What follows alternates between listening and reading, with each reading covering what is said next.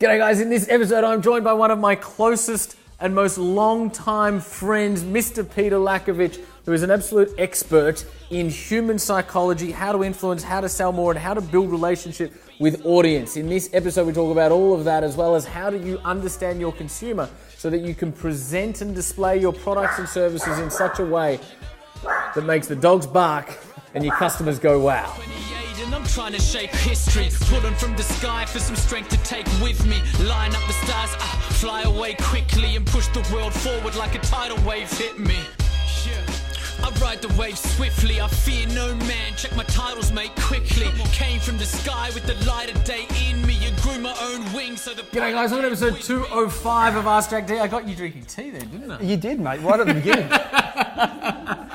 Recently we had beers with Jules Lund, now we're having tea. It is early in the morning. It's probably a bit early for the beers. Yeah. But if anyone was going to do it, it'd be us. Probably. Guys, this is one of my longest term best mates, a guy called Petar Lackovic. Many of you in the Entourage community, this man needs zero introduction. For those of you that haven't met Pete before, he's got a vast experience running businesses in sales consulting and growing the revenue of everything from early stage startup companies right up to people like Westpac, Channel 9, Mazda, Mercedes, Armani. There's not many people that Petey hasn't worked with. It's a bit of a legend.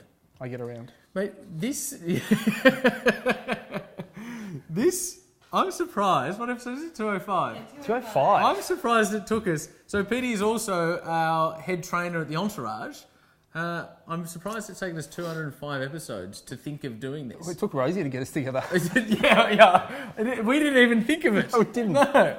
I'm surprised it took 205 episodes for Rosie to think of making this happen. I'm glad we're here and hopefully we'll make it a regular. Yeah, exactly. I'm very glad you're here. Welcome. Good to be here, mate. Thanks for coming. Rosie, how you doing? I'm great. I always say I'm great. Yeah. It's because you are. Exactly. Rosie's default position is just overtly happy.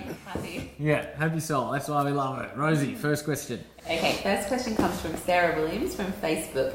She asks, I've never sold a thing in my life. I'm not a natural salesperson, but I'm the only person in my business at the moment, so I need to start bringing in new clients. What can I do to improve? Cool. That's a really good question. I just spent 4 hours in the recording studio shooting 27 videos on that one question.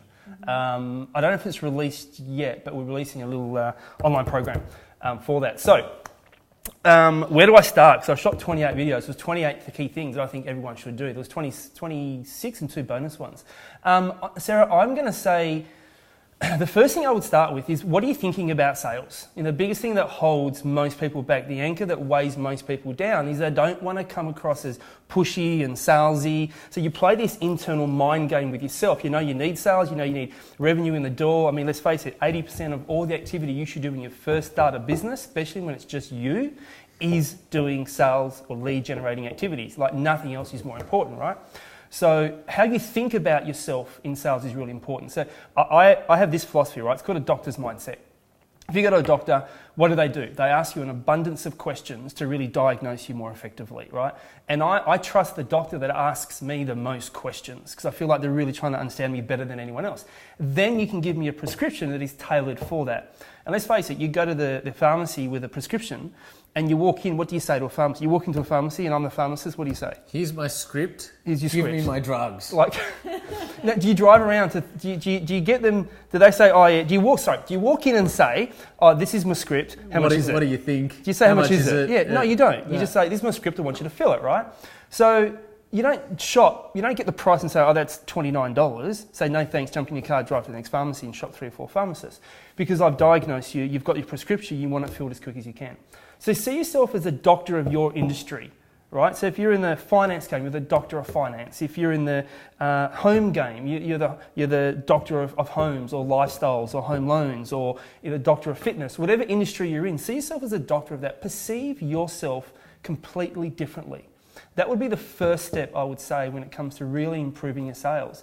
And the next thing I would do is I would segment your database. If you want to get cash in the door, segment your database. Go to the lowest hanging fruit first. Go to the friendlies. Go to the people that need exactly what you have right now. Go through referrals. Get people to recommend you. Start with the easy process. Build the confidence in what you do and the belief in what you do. Because I believe people buy 90% of what you believe in how you come across. We recently actually last week, you did a craft division workshop. And I did a second half of the second day with you, right? The very next day, I can't remember her name, I will find out for you. She made a $50,000 sale purely and simply by articulating the vision of her product. Didn't talk about a product, didn't talk about a service. This is the next day by being articulate her vision. Beautiful. So this wasn't a script, it was belief in what she did, and she just articulated it in a way where they were so compelled to buy into her dream and her vision, the product or service inconsequential. So don't get caught up in I need the right words and I need the script. Be authentically you, and that will come out. Yes. I think that's probably the best way I can answer that.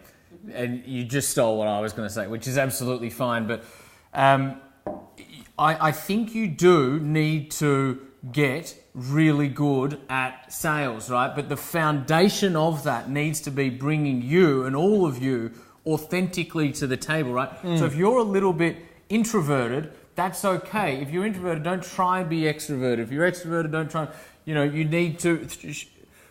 For me, sales, leadership, entrepreneurship, management, it's all about resonance. And you can only resonate when you show up with all of who you are, right? And so if you show up being authentically you, and then Petey put it perfectly, and there's the beautiful balance that Pete articulated in the doctor's example, between ask the right questions, because you need to be able to form an informed opinion.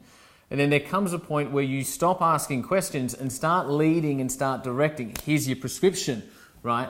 And so it requires behavioural flexibility. It requires you to ask questions. It requires you to fully listen. It requires you to digest information. It requires you to genuinely care for and empathise with the person that you're speaking to. And then it requires you to lead, right? And to your point, Pete, around, people fear being too pushy. Your customers come to you because potential customers, prospects come to you because they want a solution, right? And you have a stat, 90% of sales aren't made because the person doesn't ask for the sale or direct the prospect. It's been like 85 to 95% of sales aren't made because you don't ask them to make an actual decision. I believe totally. There's so much information out there right now. You can Google the shit out of everything, right? People want. You get overawed by all this information. What's my next step? What do I do? I believe people want to be guided. People want to be told. You're the expert. I don't tell the doctor what to do. That's right. I do what they tell me to do. I had a personal trainer. I have an osteo, so I just screwed my back up, right? I'm out there at last night, 11 o'clock at night, doing these freaking exercises so I can actually stand on stage, which I was doing this morning. He tells me what to do. She tells me what to do. Guys, tell your audience what they need, but we can do it with such congruency because your belief is they will be better off because of it. Yes. They will believe that. They'll buy into it, and it's their decision, not yours, but they want you to lead them. They want your confidence, and they want your congruency that this is what's best for them. So let it shine in any way that it is for you. It might not be with the high energy. It might not be an Andrew Morello, or it might not be that, it might not be a big Kev. It doesn't have to be. Some of the best people I've ever worked with, the quieter, the more placid, but the believability is huge because they're just them. Look at Richard Branson. I reckon Branson's probably one of the best salespeople in the world. Yep. And when he's publicly speaking on a platform, or he's quiet, he's introverted, he's playing. He's not the charismatic extrovert. But you're there with him, aren't you? Well, he's believable because he's authentic, right? 100%. People are silently begging to be led. You'll be deemed as pushy if you're pushing something that isn't authentically true to you. If you're conveying something you truly believe in, that's called leadership. Your people want it, so do it. Rosie. What's next? Going overtime. We were getting the wrap up. I've got to wrap the episode up. We've done one question. Stay with us, everybody. It gets even better. What's the next question? Petey and I agreed we'd try and keep this episode under 20 minutes. Then we looked at each other and just thought, whatever you got planned right now, put it on pause. Stay here. Okay, next question. How do you accurately identify customer behaviours to inform your sales strategy? It's come from Isaac Levitt. Obsess over them, right? And this goes beyond a really important point here. I think in an academic sense, a lot of corporate-based businesses or even a lot of traditional education teaches us to look at things that don't necessarily matter. I'll give you a couple of examples of that. I was doing a roundtable with Boris for the Entourage about a year ago, Mark Boris. So, he's been the face of Australian finance since '96. And someone asked him, what are the economic indicators you look at? Do you look at the ASX 100? Do you look at the NASDAQ? Do you look at this index? Do you look at that economic report? Do you look at the annual KPMG report, all of that? So he said, Mark Boris said, I don't look at any of that. Well, he probably does, but those aren't his key indicators. He said, my key indicator in terms of how the Australian economy is going is I walk down Oxford Street and I try and see how many for lease signs are in the window, right? He is observing the thing that matters most, which is how are Australian businesses travelling, right? Another example, Claire Jennifer from Wombat. I don't know if you remember one of the funniest... Yep. One of the funniest... Is this a dog story? Yeah, just the leafy trees. So I was on stage with Claire, interviewing Claire, and someone said to her, she headed up Wombat, right, which was this fashion, they had multiple stores, and it grew incredibly quickly. And someone said to her, how do you determine where you open your stores? And they were expecting this consumer report this week. And she said, I drive to the suburb I'm thinking of opening a store in, and I look for two things. Are the trees leafy, and what kind of dogs exist in that neighbourhood? And I thought she was joking. And so everyone laughs, and I go, no, but seriously. And she was serious. That she looks for, because she had identified that her consumers live in leafy suburbs and they have a particular type of dog. And so that was her consumer insight for one of Australia's. That's how intimately she knew them. She knew them. And it wasn't the academic standard stuff you look for. So when I say obsess about your consumer, understand what indicators genuinely point to who your consumer are and where they are. I'll give you one last example. There's a toothbrush company, right? And they were going, how do we innovate in terms of the next toothbrush? And what they actually did, this might sound a little bit creepy, they stood in a supermarket and looked at people who bought toothbrushes all day. So they looked, where would their eyes go, where would their hands go, what would they pick up, what would they read, what would they look at? But then they actually followed those who bought toothbrushes home, obviously with permission, and observed how they brushed their teeth. They wanted to innovate on the kids' toothbrush, right? And they identified that kids hold their toothbrush like this. They don't hold their toothbrush like an adult might. They hold their toothbrush like this. And so what they did is they released a fat handle toothbrush for kids and toddlers because they hold their toothbrush differently, and it became the highest selling kids' toothbrush in the States. Why? Because they got intimate with their consumer and they observed what matters. Yeah, good. If I was to go micro underneath that, like the next level after that, I will then look at, if you want to intimately understand the behaviour and the buying behaviour, where are they coming from before they get to you? So, are you in a networking room where the room's cold? Have they come from a referral? Are you speaking at a networking event on somebody else's stage? When I first started, I would speak as much as I can, get in front of many stages as I can. And I would go to the ones that knew me really, really well, because they would introduce me really, really well and make the audience really, really warm. So where are they coming from? Are they referred? Are they cold? Have they seen you previously 2 or 3 times? So what's the setup beforehand? Because that will dictate how warm or how cold they are. I mean, the same thing goes with online, right? If people are coming to you from, watching an Ask Jack, or if they're coming to you because they've downloaded your ebook or your cheat sheet or your checklist or an online program that they've gone from you, you have permission to communicate to them more directly through your solution than you have. It's the first time they've come to your website. Petey, talk quickly about your model around resistance acceptance. Yeah, good. So I personally believe, right, everyone has a level of buyer's resistance. The problem we have in sales is we think that we try to win people over way too quickly, and I call that buyer's acceptance. So we meet someone, I want to win you over, I want to make sure that you like me and you trust me, and I can sell you as much as I can and talk to you about my product very, very quickly, which is one of the biggest mistakes people make, right? They talk about their product and service too quickly. Absolutely. The reason is it's your comfort zone. You know your product, you know your service, you probably created it, or you're very highly skilled at it, you love it. So you live in your comfort zone. We present our product way too quickly. So we try to win people over. It's almost like sitting at a car, right? And you're sitting at your automobile and you've got your foot on the foot brake, you've got the handbrake on, the car's in park, and you try to drive. Now, you're going to put the foot on the accelerator, the car's going to make a hell of a lot of noise, it's going to rev, it's going to redline, but you're not going to go anywhere. You're going to blow the engine. So we blow a lot of sales opportunities because we're too busy trying to get buyers' acceptance. So the first thing we need to do is what can we do to lower buyers' resistance? Take your foot off the foot brake, take your foot off the handbrake, put the car in drive, then put the foot on the accelerator. So what do you need to do to lower buyers' resistance first? And this is why, content marketing and providing education to your audience, building that relationship first. Lower resistance before you try to offer them something. So where are they coming from? What level of resistance do they have? And then find out if you've lowered the resistance, then and only then do you have the magical word called permission to gain buyers' acceptance. So it needs a flow. Beautiful. So good. So Done. good. Rosie, You got one more? hit us. We've got a lot more. Okay, you've got to answer this one quickly. This is from Chantel Welsh from Facebook. She says, what's the biggest sales mistake that you constantly see business owners make? I started answering that in the last question. Yeah, it's exactly what Peter just said.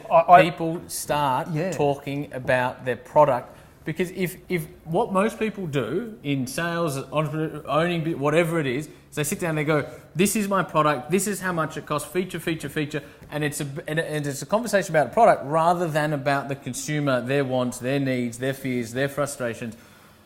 And so by asking questions, getting in their heart, getting in their mind first, you're then able to present your product as a tailored solution.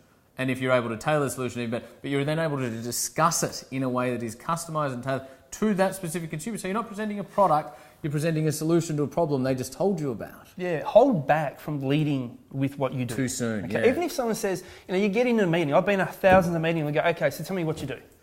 And we by default, you go into your pitch. Biggest mistake you can make. Yeah. So you need to align yourself with them. Okay, you should have a good understanding before you go into that room, before you're in that meeting, before you're on that telephone call, before you write that email, exactly where they are in their sales process. So, when they say, tell me about what you do, tell me what we're going to get out of today, set a pretense, a global perspective of what you want to occur in that meeting. So set the framework for what we're going to do. You can have your little 5-10 second commercial about what we do, but then from there, set the framework of, we help you achieve, we help you align, we do this with most of our clients. So to help get that out of you today, it'd be good to do A, B, and C. Set the framework and then spend 80% of your time finding out about where they're at, what their challenges are, what is their problems, what is their concern, what are their pleasures. We go through those 4 quadrants of your fears, frustrations, wants, and desires. And we elicit that first. Some of you have a one-step sales process where then you go into your solution straight away. Some of you need to go back, create, define, research, collaborate, and then come back and present something to them. And the biggest mistake I find is exactly the same thing. We're in meeting number 2, and I come back and I've done and I'm going to use inverted commas when I hate a word, proposal, right? And we present our proposal and we go, okay, this is what we've got, Jack. Here's yours, here's mine. And I start going through the solution. That's, again, leading with your product. Go back to the beginning, recap the relationship, recap their challenges, recap their concerns right now, and then go into it. Don't accelerate the process and skip steps. The brain makes decisions a really simple way, right? It needs to feel like it's in a comfortable place right now. It needs to have congruency within itself. It then articulates it's got a problem and a pleasure that it wants. It needs to get congruent to be able to verbalise, recognise, articulate it. Then it looks for a solution. Right? And then when you've got that solution, they will pay anything for it. Your body will fight through all pain to get that solution. It's how we are genetically wired. So it's almost work with the flow of the brain. Don't go against it. Hold back, please. For you, hold back. Beautiful. Rosie. Okay, I'm going to change away from sales a little bit for now. This question comes from Elise from... How are we doing for time? We are a little bit over, but I think we'll be fine, depending... So this is a public speaking question. Public speaking. So, okay. Peter Jack, you have such a strong stage presence. What tips can you give me to help become a better public speaker? I in primary school, never put my hand up in class. Really? Never put my hand up in class. Too scared I was going to get the answer wrong. Too scared I was going to be judged. By default I was made school captain because I was good at sport. Wasn't good at the team rah-rah speeches. It just wasn't who I was, right? got into sales, got into management, got into leadership, got into ownership, had staff underneath me, and just by default had to start speaking to them. Still then wasn't super comfortable about what I did. I learnt how to speak like I've not been trained, if that makes any sense. I've trained myself to not look trained. So it is natural and is authentic right now. But I had to go through a conscious process. So if I was to break it down, what I would do right now, if you want to get really good at speaking on a stage, is one, to start speaking. You've just got to start. Like, I did a speaker training the day before my first speaking gig. So I booked the gig first, I committed to a gig, got paid for it, and then I took a 50% deposit, and then I did my speaking training. Because I knew if I did the training course first, I'd say, I'm not good enough yet. So I did I booked the gig, did the training. It's almost like I committed to my business, and then I thought, now I need to learn what I need to learn to make that business work, right? It's just what you need to do. You need to put yourself out there to make that happen. So I did that first, and then I just spoke. And you know what? It wasn't great. It didn't matter. The funny thing was the feedback was amazing. They loved me. I look back now at my first video of my first ever presentation. I almost throw up in my mouth. It makes me sick to look at it. No one looks at their first website, right? 2 years ago, you look at your first ever website. I don't know anyone that looks at it and goes, man, that website's sexy. I'm so proud of you that. go, oh my God, did I go to market with that? Or the first blog you ever wrote, you go, did I write that? Look at the typos, look at the grammar. The best example I've ever seen of that, such a visual representation, is Cheryl Ty, absolute superstar. Cupcake we love Central. her. Cupcake Central makes the best cupcakes in the world. Undoubtedly. And she's got a photo of her first cupcakes ever that when she's presenting to an audience, she's got it up on a slide. And it's not a great cupcake. It's actually probably the worst cupcake I've ever seen.